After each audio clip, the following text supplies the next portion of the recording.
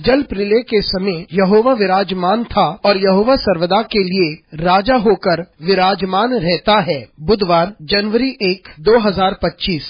आज के मनन के लिए मैंने आप ही के लिए चुना है यशाया अध्याय 43 और उसका 18 और 19वां वाक्य। अब बीती हुई घटनाओं का स्मरण मत करो, ना प्राचीन काल की बातों पर मन लगाओ। देखो, मैं एक नई बात करता हूँ, वह अभी प्रकट होगी, क्या तुम उससे अनजान रहोगे? मैं जंगल में और निर्जल देश में नदियाँ बहाऊंगा। आपका दिन आशीषित हो। आप सभी को नए साल की शुभकामनाएं। जिस प्रकार से परमेश्वर आपके साथ बना रहा, वैसे ही वे आपके साथ यात्रा करता रहे, आपको बल दे और आपको बहुताई की आशीष दे, ताकि आप बहुतों के लिए आशीष का कारण बन सकें। आइए इस वाक्य पर मनन करते हैं। आज की सुबह का विषय है रेगिस्तान में मार्ग। यशाया के इस अध्याय में लोगों को आशा दी गई है, क्योंकि परमेश्वर इजराइल के लोगों को प्रोत्साहित करता है और उनसे कहता है, मैं तुम्हारा सृष्टि करता हूँ और मैं तुम्हारे लिए एक योजना रखता हूँ। मैं तुम्हारे लिए उद्देश्य रखता हूँ और मैं तुम्हारे लिए कुछ भी कर सकता हूँ,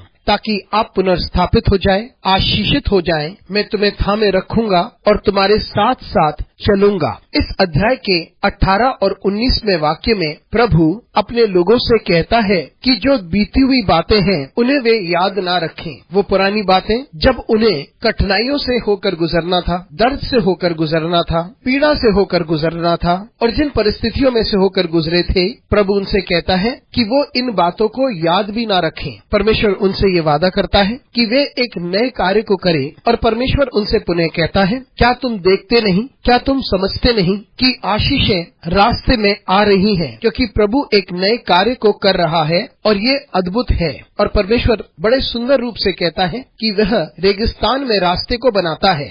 यह इजराइल के लोगों के लिए एक बड़ी आशीष थी। वे पूर्ण तरीके से अपने आप को खो चुके थे, उनके पास कोई मार्ग नहीं था, लेकिन परमेश्वर कहता है कि रेगिस्तान में वे मार्ग बनाएगा और सब कुछ नया हो जाएगा, ताकि उनके लिए सब कुछ नया हो जाए और यह सभी परमेश्वर की ओर से एक आशीष का कारण होंगे। और अब जब हम 2025 में कदम रख चुके हैं, तो हम परमेश्वर को धन्यवाद दें उन सभी कामों के लिए जो परमेश्वर ने हमारे लिए किया है। और अब परमेश्वर का वादा यह है, परमेश्वर चाहता है कि सारी कड़वी बातें जो हमारी जिंदगी में पहले हो चुकी हैं, उन्हें हम भूल जाएं, उसके बारे में सोचकर पछतावा ना करें और ना ही विलाप करें। हम आगे बढ़कर देखें, क्योंकि परमेश्वर ये वादा करता है कि वो हमारी जिंदगी में एक नए कार्य को करेगा। यदि हम कठिनाइयों में से होकर गुजर रहे हैं, ये आर्थिक कठिनाई हो सकती है, शारीरिक दुर्बलता की वजह से हो सकती है, या कोई भी परिस्थिति हो, हम उन सारी बातों को भूल जाएं, उन्हें याद ना रखें, क्योंकि प्रभु हम सभी के लिए कुछ नया कर रहा है।